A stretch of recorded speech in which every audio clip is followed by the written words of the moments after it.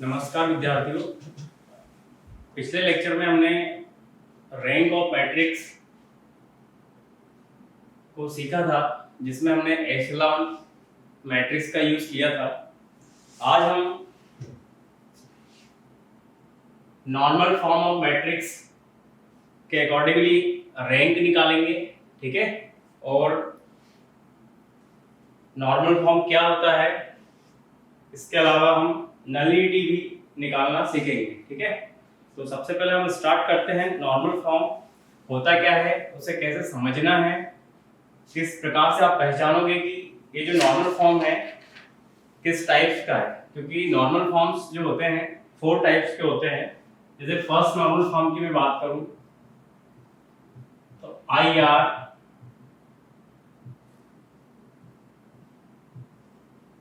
ठीक है, ये हमारा फर्स्ट नॉर्मल फॉर्म है। अभी आई से हमारा उद्देश्य ये है आइडेंटिटी मैट्रिक्स। सपोज कोई भी मैट्रिक्स अगर आपको दिया जा रहा है, उसका आपको निकालना है रैंक या नलिटी निकालना है, तो सबसे पहले आपको जो मैट्रिक्स दिया हुआ है, ये हमारा मैट्रिक्स है, तो इसे आपको जो भी हम ऑपरेशन लगा रहे हैं, रो ऑपरेशन या कॉलम ऑपरेशन लगाकर हमें इसे आइडेंटिटी फॉर्म में बनाना है। जैसे 1 0 0 0 1 0 0 0 1, ठीक है। ये m क्रॉस n का मैट्रिक्स है। m क्रॉस n मतलब होता है 3 रोज। इसमें कितनी रो है? 1 2 and 3, column 1 2 and 3। Means m किसको डिनोट करता है? रो को, एंड n किसको डिनोट करता है? कॉलम को। तो हम कहेंगे 3 क्रॉस 3। तो दिस मैट्रिक्स इज 3 क्रॉस 3। तो 3 क्रॉस 3 का मैट्रिक्स होने से हम ये नहीं कह सकते कि नॉर्मल फॉर्म IR है या और भी प्रकार के नॉर्मल फॉर्म है। तो इसको पहचानने का सबसे अच्छा तरीका है, ये पहले ये समझ लीजिए, R for rank, R means rank, M for row and N for column, N for column. तो ये जो कंडीशन होती है, इसमें हमें जो R less than M and R less than N, कहने का मतलब ये है कि इस प्रकार का जो मैट्रिक्स रहेगा, इसमें आपकी जो रैंक है वह हमेशा M और N से छोटी रहेगी। जो रैंक होगी वह M और N से छोटी होगी। बात क्लियर है? जैसे रैंक 2 होगी तो जो M होगा वो 3 हो सकता है। अगर R 2 है हमारा, तो N क्या हो सकता है हमारा? 3 भी हो सकता है, 4 भी हो सकता है, ठीक है। तो ये हमने बात की रैंक ऑफ मैट्रिक्स का फर्स्ट नॉर्मल फॉर्म था। यहाँ भी हम 3 4 कर सकते हैं, ठीक है। अब हम बात करें नॉर्मल फॉर्म 2। तो ये ध्यान रखिएगा, ये जो फॉर्मूला ये मेन है ना, इसमें जो रैंक है आपकी छोटी होना चाहिए, M फॉर रो से एंड N फॉर कॉलम से, ठीक है। तो आपको इसी से रिप्रेजेंट करना है कि हमें ये IR 0 0 ये नॉर्मल फॉर्म लगाना है किसी भी मैट्रिक्स में, ठीक। अब हम सेकेंड नॉर्मल फॉर्म की बात करें।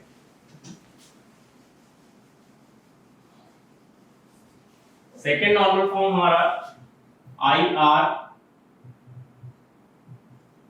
0, ये होता है हमारा सेकेंड नॉर्मल फॉर्म। और इसकी कंडीशन जो होती है R is equal to N and M greater than R। अभी मैंने यहाँ रिप्रेजेंट कर दिया था आपको, R means row, sorry R for rank and N for column. इसमें जो है जो भी मैट्रिक्स हमारा दिया रहेगा, सपोज 1 2 3 4 5 6 7 8 9 4 3 2, ठीक है। ये इस टाइप का मैट्रिक्स होगा। और इसको जब आप सॉल्व करोगे, ठीक है, जब हम सॉल्व करेंगे तो उस टाइप से होगा, ठीक है। ये इस टाइप से होगा। जब हम इस पे ऑपरेशन लगाएंगे तो इस टाइप से इसका आंसर आएगा। तो इस टाइप के जो आंसर है उसको हम नॉर्मल फॉर्म इस तरीके से डिनोट करते हैं। तो नॉर्मल फॉर्म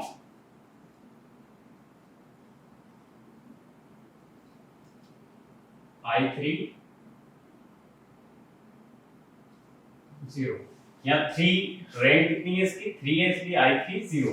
अब आप समझ गए होंगे कि यहाँ पे देखिए आप ये कितने बाय कितने का मैट्रिक्स है। अगर मैं पूछूं आपसे तो ये आप कहोगे 4 क्रॉस 3।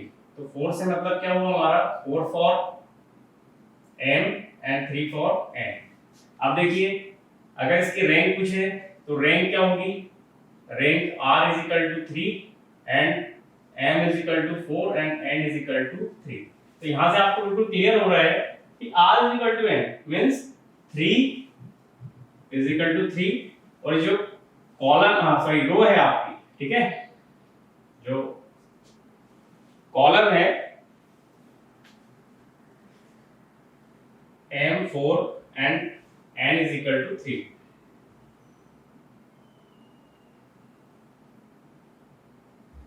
m की वैल्यू क्या है हमारे पास 4 और r की वैल्यू क्या है 3।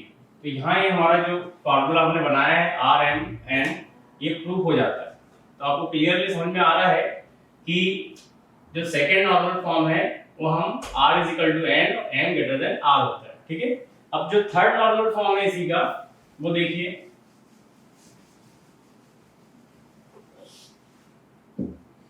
थर्ड नॉर्मल फॉर्म होता है IR0, ठीक है। तो इसके लिए हम क्या कंडीशन लेते हैं, r is equal to m, r is equal to m and n greater than equal to, n greater than equal to नहीं आएगा, only n greater than m। तो r is equal to m से मतलब होता है r for क्या होता है हमारा रैंक एंड m फॉर रो। तो किसी भी मैट्रिक्स में रैंक और रो की जो वैल्यू है अगर वो सेम होती है तो हमारा थर्ड टाइप का नॉर्मल फॉर्म कहलाता है, ठीक है। अब फोर्थ नॉर्मल फॉर्म जो है, फोर्थ नॉर्मल फॉर्म देखिए IR, ठीक है।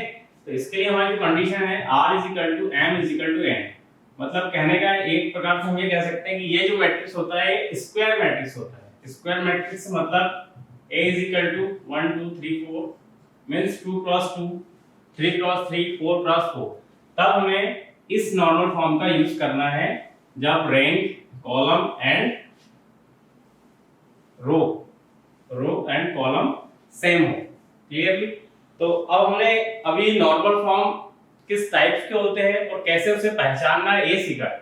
अब हम इससे रिलेटेड एक क्वेश्चन करते हैं और जो मैं क्वेश्चन ले रहा हूं ये प्रेफरेंस में जो बुक यूज की है मैंने वो एच के पाठक राइटर्स हैं, एच के पाठक राइटर्स की बुक से मैंने क्वेश्चन लिया है। और जो हमारा फर्स्ट पेपर है algebra vector analysis and geometry unit first, ठीक है, उसी का क्वेश्चन हम सॉल्व कर रहे हैं। देखिए फर्स्ट क्वेश्चन,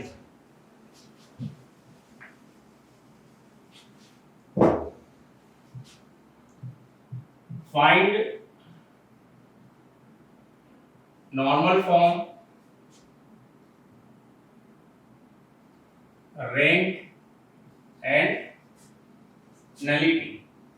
एक बार नलिटी रहेगा तो शायद हमारा, तो नलिटी का फॉर्मूला ये होता है, nullity NA is equal to n minus rho A, ठीक है। नलिटी का जो फॉर्मूला है ये हमें ध्यान रखना है, बस NA is equal to n minus rho A. n for जो भी number of m cross n का मैट्रिक्स होगा उसकी वैल्यू यहाँ हमें पुट करनी है।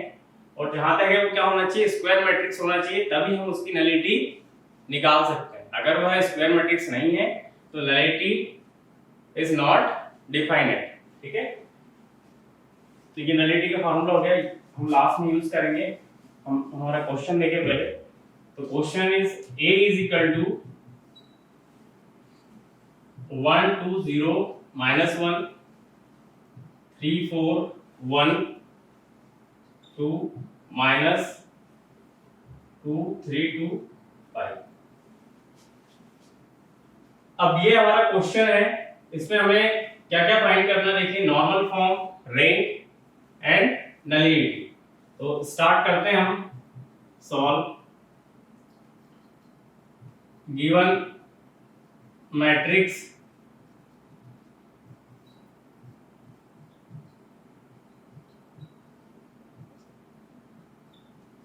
ठीक है। अब हमें जब सॉल्व करना है तो सबसे पहले मैंने आपको लास्ट जो लेक्चर था हमारा रैंक ऑफ मैट्रिक्स निकालते थे उसमें मैंने बताया था कि ये फर्स्ट वन अगर आ जाता है तो हमें जो नीचे की रो होती है ये R2 R1 and R3 R2 R3 के जो एलिमेंट्स है first row and first column के उसके जो फर्स्ट कॉलम है उसकी नीचे वाली वैल्यू जो होती है 3 और -2 इसे जीरो करना है तो हम ऐसे ऑपरेशन का यूज करेंगे। और नॉर्मल फॉर्म में हम क्या होता है कि रो ऑपरेशन और कॉलम ऑपरेशन दोनों हम लगा सकते हैं, ठीक है, ये क्लियरली है। एशेलॉन फॉर्म जो था हमने इससे पहले जो किया था उसमें केवल हम रो ऑपरेशन का यूज कर रहे थे। तो देखिए अप्लाइंग ऑपरेशन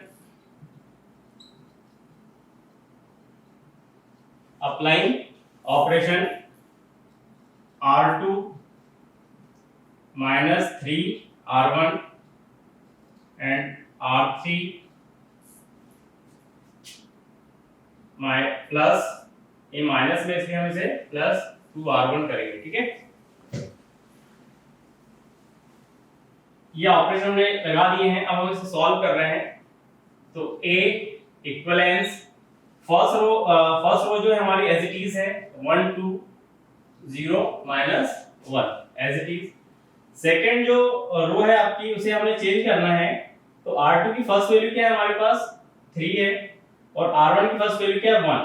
तो R1 की जितनी भी वैल्यू है उसमें हमें 3 का मल्टीप्लिकेशन करना है, ये क्लियर है, ठीक है। तो R2 की फर्स्ट वैल्यू 3 है, R1 की फर्स्ट वैल्यू 1 मल्टीप्लाई 3 का किया हमने तो 3 - 3 क्या हुआ आपका 0। फिर R2 की जो है सेकंड वैल्यू क्या है 4, R1 2 मतलब 2 3 जा 6 तो 4 - 6 -2। R2 की थर्ड वैल्यू है हमारे पास 1 एंड R1 0 तो 1 - 0 1। फोर्थ वैल्यू है R2 की 2 R1 1 3 1 या 3 मतलब प्लस आएगा। R2 की वैल्यू क्या है हमारे पास 2 है तो 2 + 3 मींस 5।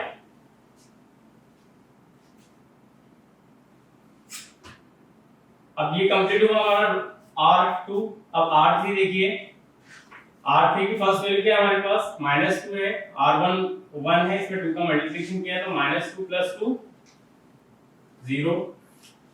R3 की सेकंड वैल्यू क्या है हमारे पास 3 है, 3 + 2 R1 मतलब 3 + 4 मींस 7, ठीक है।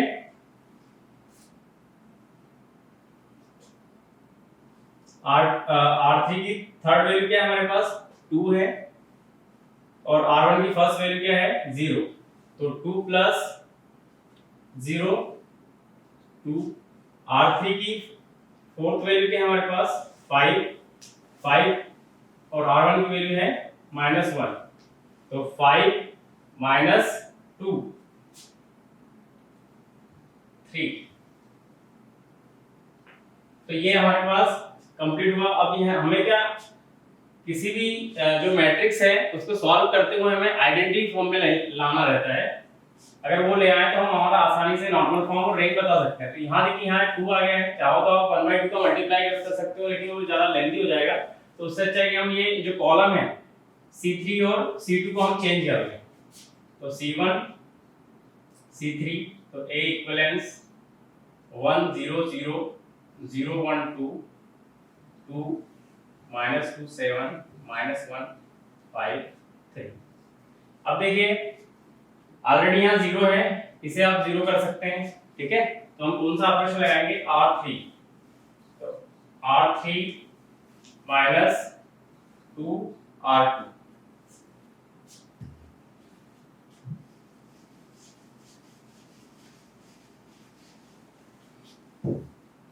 A इक्विवेलेंस R3 - 2 R2 तो R3 की जो फर्स्ट वैल्यू क्या है हमारे पास 0 है, R2 की फर्स्ट वैल्यू क्या है 0 तो 0 - 0 0।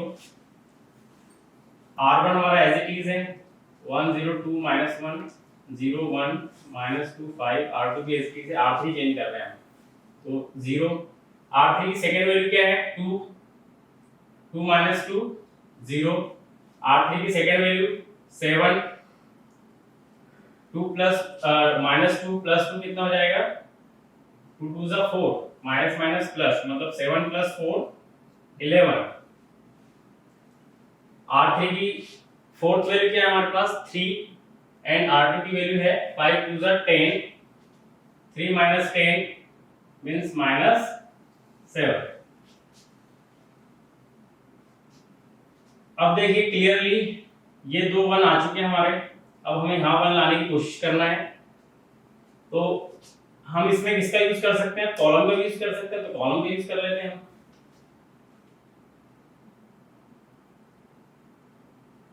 C3 को चेंज कर रहे हैं हम, तो C3 माइनस 2C1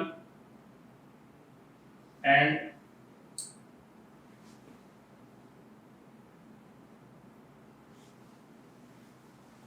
C3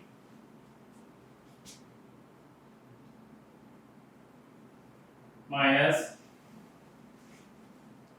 ये माइनस 2 है यहाँ पर, तो आप प्लस 2 कर सकते हो, प्लस 2C2। ठीक है, ऐसा करते हैं, पहले C3 को चेंज कर लेते हैं, फिर C4 को कर लेंगे। ठीक है, तो पहले C3 और C4 को कर लेते हैं ना, C4 माइनस प्लस हो जाएगा C1। ठीक है, तो A equivalence C1 and C2 क्या रहेगा एज इट इज,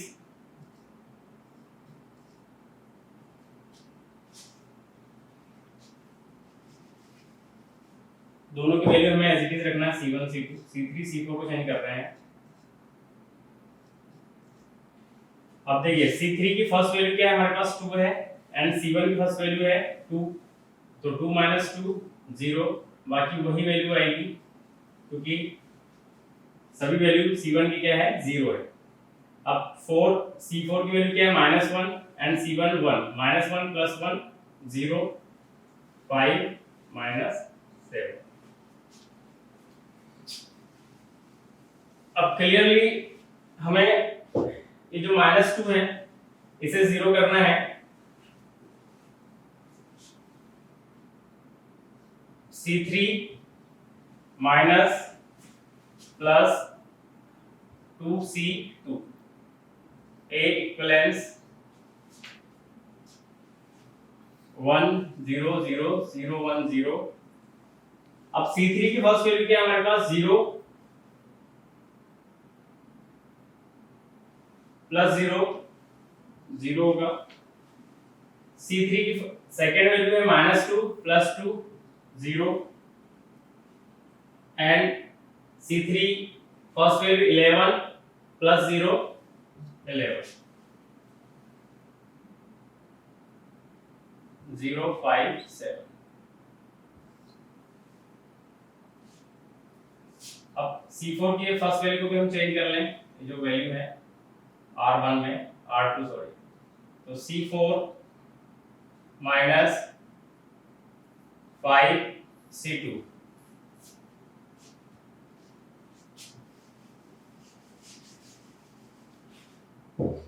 देखिए A इक्वलेंस C4 को चेंज कर रहे हैं ओनली, तो 1 0 0 1 0 0 0 11। C4 की फर्स्ट वैल्यू क्या है 0 और C2 की वैल्यू हमारे पास क्या है 0। C4 की वैल्यू 5 एंड C2 की वैल्यू 5, 5 माइनस 5 0। C4 की वैल्यू क्या है 7 एंड प्लस 7 माइनस 0 7। अब हमें जो R3 या हम C2 भी बोल सकते हैं, C3 ले लो, C3 में हम 1/11 से मल्टीप्लाई करें। ठीक है, 1/11 से मल्टीप्लाई कर रहे हैं, तो क्या होगा A इक्वलेंस 1 0 0 0 1 0 0 0, 11 से 11 कैंसिल हो जाएगा, ओनली 1 बचेगा आपका 0 0 7। फिर हम ये 7 को 0 करना है, तो C4 माइनस 7 C3,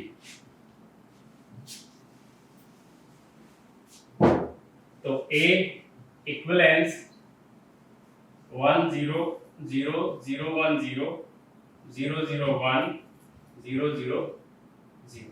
देखिए ये C4 की वैल्यू 7, C3 में 7 को मल्टीप्लाई किया, 7 - 7 0।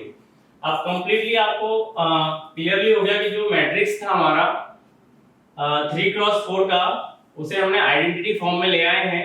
अब हम इसकी क्या निकालेंगे, नॉर्मल फॉर्म। इसका जो नॉर्मल फॉर्म होता है, normal form of matrix A. तो नॉर्मल फॉर्म ये किस टाइप्स का है, मैंने अभी बताया था जो टाइप्स थे, ये थर्ड टाइप्स का नॉर्मल फॉर्म है, जिसमें रैंक और जो कॉलम होता है, रैंक और कॉलम, रैंक जो है वो छोटा होगा किससे, कॉलम से, ठीक है। अतः हम कहेंगे IR 0, इस टाइप का नॉर्मल फॉर्म है। तो इसकी जो रैंक है वो कितनी है, 3 0, ठीक है। तो ये कहलाया हमारा normal form of matrix A I3 A। अब हमने क्या कहा था कि इसकी क्या निकालना है, हमको रैंक निकालनी है। तो रैंक को हम डिनोट करते हैं रो A से, तो रो A इज इक्वल टू 3। अब मैंने आपसे और कहा था कि नलिटी भी निकालना है। तो नलिटी का जो फॉर्मूला होता है n माइनस रो A, ठीक है। तो नलिटी को इसमें हम डिफाइन नहीं कर सकते हैं, क्योंकि जो मैट्रिक्स है ये 3x4 का है और हमें क्या चाहिए था, स्क्वायर मैट्रिक्स चाहिए था नलिटी निकालने के लिए। तो nullity is not can defined, ठीक है। अगर 4x4 का होता तो n की वैल्यू हम 4 रखकर और रैंक हमारी 3 रखकर हम उसे आसानी से सॉल्व कर सकते थे, ठीक है। तो आपने देखा कि नॉर्मल फॉर्म हम किस तरीके से निकाल सकते हैं, बिल्कुल इजी वे में, जब हमें नॉर्मल फॉर्म की तीनों कंडीशन और जो फोर्थ कंडीशन है वो प्रॉपर्ली आना चाहिए। अब जो हमारा जो नेक्स्ट लेक्चर रहेगा उसमें हम PAQ, ये मैंने बताया था फर्स्ट क्लास में, PAQ फॉर्म से हम जो मैट्रिक्स है उसकी रैंक निकालेंगे या जाति निकालेंगे और उसे समझेंगे, ठीक है। इसके अलावा भी हमारे पास और टॉपिक्स हैं इसमें, जैसे हम eigen values and eigen vectors भी निकालना सीखेंगे। वो काफी इंपॉर्टेंट है BSc फर्स्ट ईयर के लिए, क्वेश्चंस के अधिकतर पूछे जाते हैं एग्जाम में। चलिए, तो फिर नेक्स्ट क्लास में हम सीखेंगे PAQ फॉर्म में rank of nullity and rank of matrix या जाति कैसे निकालते हैं। Okay, thank you.